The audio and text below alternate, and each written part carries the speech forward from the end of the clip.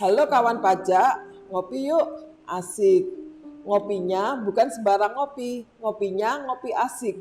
Ngolah pikir secara akrab, santai, informatif, dan komunikatif. Ketemu lagi nih bersama saya Yayu, penyuluh pajak dari Kanwil DJP Jawa Timur 3 di podcast Ngopi Asik. Di podcast Ngopi Asik kali ini kita akan membahas hal-hal yang menarik terkait perpajakan. Nah, kawan pajak, Kanwil DJP Jawa Timur 3 memiliki 5 sektor unggulan dalam administrasi penerimaan pajak, yaitu sektor perikanan, sektor industri hasil tembakau, sektor bendahara atau instansi pemerintah, sektor perdagangan emas, dan yang kelima adalah sektor peternakan. Wah, tentunya menarik sekali ya sektor-sektor tersebut untuk kita bahas atau kita kupas lebih dalam. Nah, tapi pada kesempatan kali ini kita akan bahas tentang sektor bendahara atau instansi pemerintah, di mana pada tahun 2022 telah terbit Peraturan Menteri Keuangan yaitu PMK 59 tahun 2022 yang merupakan perubahan atas PMK 231 tahun 2019. Nah, PMK 59 ini kawan pajak telah berlaku sejak 1 Mei tahun 2022. Sejauh apa sih perubahan aturan ini dan dampaknya apa terhadap instansi pemerintah? Telah hadir bersama kita kali ini yaitu narasumber Didit Fahri, penyuluh pajak dari KPP Pratama Jember. Oke, halo kawan pajak ngopi asik. Berjumpa ngopi dengan yuk, ngopi lagi yuk. Oke, kita ngopi dulu. Santai ya. Kita sapa-sapa dulu ya narasumber kita, Mas Didit. Selamat pagi Mas Didit, apa kabar? Selamat pagi Ibu Yayu, luar biasa. Tentunya semoga kawan pajak juga luar biasa ya, tetap dijaga semangatnya. Karena apa? Karena kita akan selalu memberikan informasi-informasi yang menarik tentang seputar perpajakan. Oke, semangat sekali ya Mas Didit ya. Semangat. Terima kasih atas nanti ya bincang-bincang kita kali ini.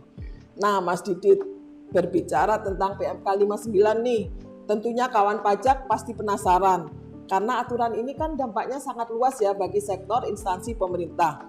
Kira-kira apa sih Mas Didit latar belakang dari PMK 59 ini?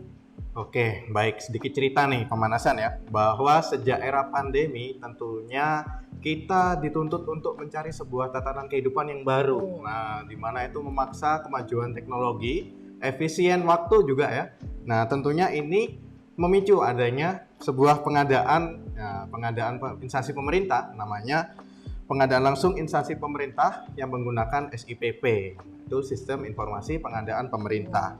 Nah, di mana ini yang menjadi latar belakang utama dari diterbitkannya PMK 59. Nah, kita tahu bahwa SIPP ini ternyata telah diatur di PMK 58. Oleh karena itu, PMK 58 dan PMK 59 ini sebenarnya hubungannya sebab dan akibat. Nah, seperti itu. Jadi dampak pandemi akhirnya ada dampak positif ya. Jadi semua transaksi itu melalui sistem informasi pengadaan pemerintah. Itu ya Mas Didit ya? Iya, seperti itu. Jadi ternyata peran pemerintah dalam pemulihan ekonomi itu juga sangat mendukung ya. Terus mendukung juga produk dalam negeri kita yang sangat luar biasa. Kira-kira tujuan dari PMK 59 ini apa Mas Didit? Baik, terima kasih. Ternyata tujuannya, kalau kita simpulkan dari tadi ya, tujuan dari PMK 59 ini ada 3 secara garis besar. Yang pertama adalah memberikan kepastian hukum. Nah, kita tahu sistem informasi pengadaan pemerintah ini kan sebuah inovasi yang baru nih dari pemerintah untuk kemudahan ya. Jadi perlu diatur aturan ini. Yang kemudian kedua adalah memberikan kemudahan. Nah, kemudahan dalam pembayaran belanja jasa pemerintah atau barang yang dilakukan menggunakan kartu kredit pemerintah. Nah, di sini diberikan kemudahan. Dan yang terakhir, mendukung gerakan non tunai. Nah, gerakan non tunai ini perlu dilakukan penyesuaian ketentuan pemungutannya. Nanti pemungutan pajaknya itu dilakukan penyesuaian seperti itu. Wah, menarik sekali ya. Ada 3 latar belakang. 1 kepastian hukum, 2 kemudian ada gerakan nasional non tunai dengan kartu kredit pemerintah. Gitu ya Mas Didit. Luar biasa sekali ya tujuan dari PMK 59 ini.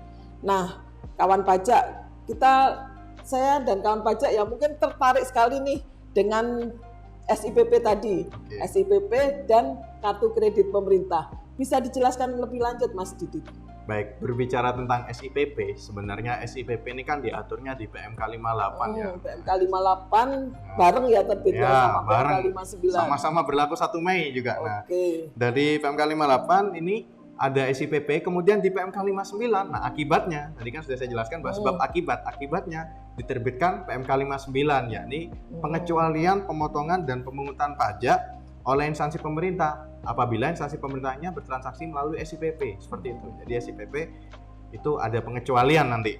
Kemudian untuk KKP. Nah, KKP ini dulu di PMK 231 tahun 2019 di aturan sebelumnya, KKP ini hanya digunakan oleh instansi pemerintah pusat saja. Nah, untuk sekarang pengecualian, pemotongan, dan pemungutan itu sudah termasuk instansi pemerintah daerah dan instansi pemerintah desa. Jadi cakupannya sekarang sudah luas seperti itu. Ini menarik sekali ya bagi kawan pajak ya, terutama tentang KKP, tidak hanya untuk pemerintah pusat, tapi untuk pemerintah daerah, juga pemerintah desa. Jadi di kelurahan, kecamatan bisa ya pakai KKP ya Mas Didit ya. Wah, menarik sekali. Apa yang nggak bisa ya kawan pajak ya.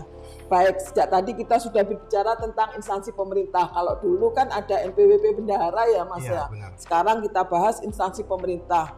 Nah, mungkin bisa dijelaskan nih ke kami atau kawan pajak semua, apa sih hakikat dari instansi pemerintah itu, Mas? Baik, di PMK 59 sudah dijelaskan di pasal 1 angka 8 bahwa instansi pemerintah itu mencakup instansi pemerintah pusat, instansi pemerintah daerah, dan instansi pemerintah desa. Ada 3 ya, yang melaksanakan kegiatan pemerintahan serta memiliki kewenangan dan tanggung jawab penggunaan anggaran. Nah, jadi kalau dulu tuh kan kita tahu bendahara ya. Kalau bendahara itu berarti menunjuknya ke subjek orang tertentu. Nah, sekarang ke bendaharanya iya, gitu ya. Kalau sekarang itu tanggung jawabnya sudah di instansi atas nama instansi, bukan atas nama bendahara lagi. Makanya namanya instansi pemerintah. Nah, kemudian dalam hal administrasi perpajakan, instansi pemerintah itu juga butuh yang namanya NPWP. Nah, NPWP instansi pemerintah. Nah, itu harus didaftarkan sesuai dengan tempat dia berada di mana gitu. Jadi kewajiban pendaftaran itu ada di instansi pemerintah ya sekarang, di tempat kedudukan dari instansi pemerintah itu. Nah, terkait dengan pemotongan dan pemungutan, ada amanah khusus nggak ini Mas? Baik, memang instansi pemerintah ini diberikan amanah oleh pemerintah ya.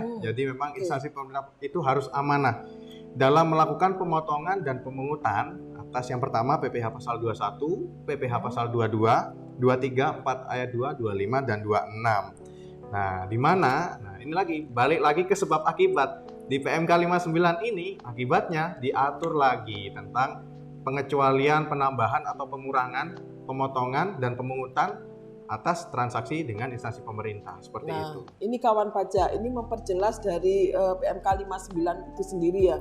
Karena PMK 59 ini merupakan perubahan dari PMK 231 tahun 2019. Jadi perubahan yang nggak dicabut sih PMK 231-nya gitu ya. Bener. Ada hal-hal tertentu yang merupakan pengecualian karena juga dengan terbitnya PMK 59 itu ada PMK 58 gitu ya Mas Didit ya.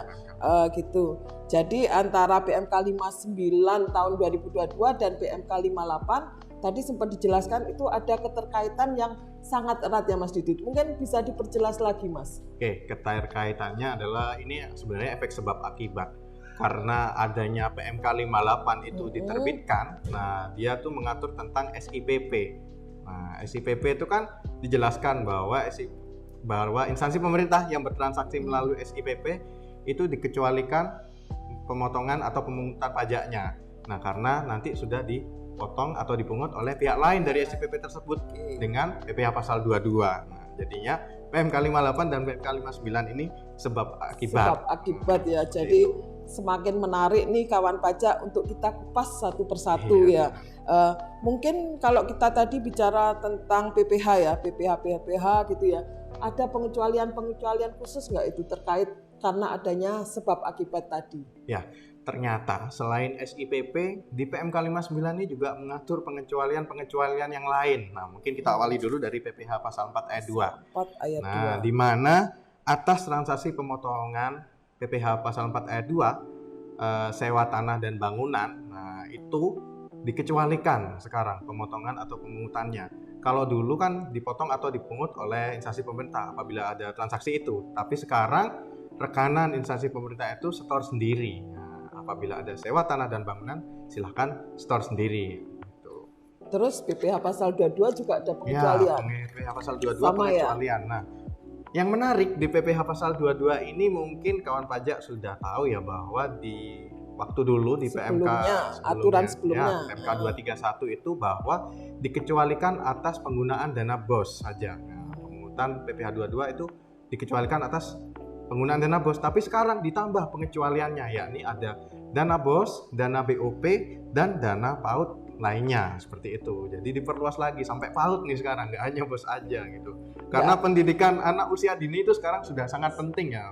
Jadi kalau ada pertanyaan-pertanyaan terkait BOP PAUD, jangan khawatir, diperlakukan sama dengan dana BOS dengan adanya PMK 59 ini. Benar. Terkait KKP, PPh pasal 22 gimana Mas? Ada pengecualian juga kan? Nah, tadi KKP sudah sempat disinggung ya, bahwa KKP kan tadi digunakan hanya untuk instansi pemerintah pusat saja, namun sekarang sudah berubah. Instansi pemerintah daerah hingga instansi pemerintah desa sudah diberikan KKP dan dikecualikan juga pemungutan atas PPh pasal 22, seperti itu. Dan yang terakhir mungkin PPh pasal 23. Nah, PPh pasal 23 ini kita tahu bahwa menambah pengecualian pemotongan PPh pasal 23 oleh instansi pemerintah atas pembayaran kepada wajib pajak yang memiliki fotokopi esket. Nah, fotokopi esket contohnya nih misalnya esket PPh 23 ya. Dan itu mungkin yang dijadikan pokok perubahan dalam PMK 59 terkait pemotongan atau pemungutan ini. Wah, ini tentunya kawan pajak harus tetap ingat nih ya, agar kawan pajak khususnya instansi pemerintah dalam hal ini bendaharanya ya, dapat menerapkan PMK 59 ini secara bijak dan tepat. Nah, tadi kita kan sudah berbincang-bincang tentang PPh ya. Kalau untuk PPN, apa ada aturan khusus di PMK 59 ini, Mas? Kalau untuk PPN sebenarnya akan kami sampaikan dua aturan yang menambah perubahan dari PMK 59 ini. Yang pertama adalah tentunya tadi pembayaran dengan kartu kredit pemerintah. Kan ada juga selain PPh 22 kan ada PPN. Nah, unsur PPN-nya itu nanti juga dikecualikan apabila belanjanya menggunakan kartu kredit pemerintah. Ini PPN dan juga PPNBM Ya, kalau PPNBM, dia barang mewah ya. Kalau memang ada PPNBM-nya juga. Kemudian sekarang juga ada yang namanya penyerahan atas bahan bakar minyak atau BBM. Nah, kalau dulu hanya di PT Pertamina Persero saja sebagai pusat ya. Sekarang juga anak usahanya, anak usaha PT Pertamina Persero meliputi PT Pertamina Patraniaga, PT Kilang Pertamina Internasional, dan PT El Nusa Petrofin. Nah, jadi ada anak-anak perusahaannya juga dikecualikan dari pemungutan atas PPN seperti itu. Oh gitu ya, jadi ada perluasan ya pengecualiannya untuk PPN. Jadi tidak hanya di Pertamina aja, PT Pertamina aja. Yang terpenting ini Mas untuk SSP-nya itu sebenarnya atas nama siapa? Instansi pemerintahnya atau tekanannya ini Mas? Nah, ini yang terakhir menjadi main course ya. Main course kita kali ini. Jadi semenjak 1 Mei 2022 PMK 59 ini berlaku bahwa SSP pembayaran atas PPN kalau dulu itu kan atas nama rekanan ya sebelum PMK 59 ini berlaku. Nah, untuk sekarang apabila PMK 59 ini telah berlaku sejak 1 Mei itu sudah atas nama instansi pemerintah. Jadi diperjelas ya, SSP atas nama instansi pemerintah. Ya, khusus untuk PPN. Khusus untuk PPN apabila instansi pemerintah itu sebagai pemungutnya gitu ya. Nah, kalau ini misalnya setelah atau setelah peraturan ini berlaku ya Mas ya, ternyata ada kekeliruan nih namanya bukan atas nama instansi pemerintah. Apa nih yang bisa kawan pajak lakukan? Nah, memang ini yang sering terjadi. Mungkin di KPP Pratama ini sering terjadi karena di KPP Pratama mungkin banyak ya instansi pemerintah. Wah, sudah salah setor ini, sudah terlanjur atas nama rekanan. Bagaimana? Tidak perlu takut, tidak perlu gelisah karena ada yang namanya permohonan pemindah bukuan. Nah, itu dia. Permohonan pemindah bukuan ini nanti bisa dipindahkan. Yang awalnya SSP itu atas nama rekanan nanti bisa dipindahkan ke SSP atas nama instansi pemerintah. Jadi ini semakin tercerahkan ya kawan pajak ya, kalau ada kekeliruan jangan khawatir. Bisa langsung melakukan permohonan pemindah bukuan. Iya. Nah, ini insight yang sangat menarik sekali ya Mas Didit ya. Nah, sebagai penutup nih Mas Didit, harapannya apa sih terkait PMK 59? Baik. untuk PMK 59 harapannya bahwa pemerintah ini sebenarnya mendukung untuk yang tadi sudah saya jelaskan bahwa ada gerakan non tunai, terus percepatan pengadaan, mendukung namanya usaha ekonomi UMKM lokal melalui SIPP. Nah, itu kan di PMK 58. Yeah. Nah, PMK 59 ini adalah akibatnya, sehingga dengan adanya PMK 59 ini mungkin kawan pajak instansi pemerintah ini ya diharapkan lebih bijak lagi dalam menerapkan pemungutan atau pemotongan, karena sudah dipermudah tadi, banyak yang sudah dikecualikan gitu kan. Yeah. Dikecualikan bukan berarti tidak memotong atau tidak memungut, tapi dialihkan pemotongan atau pemungutannya ke pihak lain seperti Jadi itu. intinya sebenarnya banyak pengecualian itu memberikan kemudahan kepada instansi pemerintah gitu ya Mas Didit ya. Nah, terkait pelaporan tentunya kita harapkan instansi pemerintah juga melakukan pelaporan secara tertib ya Mas Didit ya. Harus tertib. Harus tertib ya, harus tertib karena kalau tertib data pelaporan ya, laporan dari instansi pemerintah terutama adanya bukti potong, bukti pungut ya. Bukti pungut itu kan terkait dengan lawan transaksi ya, pihak rekanan ya. Baik. Itu sangat penting ya Mas Didit ya. Memang kalau untuk bukti potong dan bukti pungut itu menjadi sangat penting karena apa? Nantinya rekanan instansi pemerintah itu bisa mengkreditkan bukti potong atau bukti pungutnya itu. Apabila tidak dilaporkan, nanti kesusahan untuk mengkreditkan, tidak dapat mengkreditkan seperti itu. Iya. Ya, jadi itu. Ini sangat tercerahkan sekarang Mas Didit ya terkait PMK 59 sebagai perubahan dari PMK 231 tahun 2019 kemarin. Terima kasih Mas Didit, semoga nanti kita bisa jumpa lagi di podcast berikutnya. Nah kawan pajak, apa dan bagaimana kewajiban perpajakan instansi pemerintah berdasarkan PMK 59 tahun 2022 telah kita bahas bersama.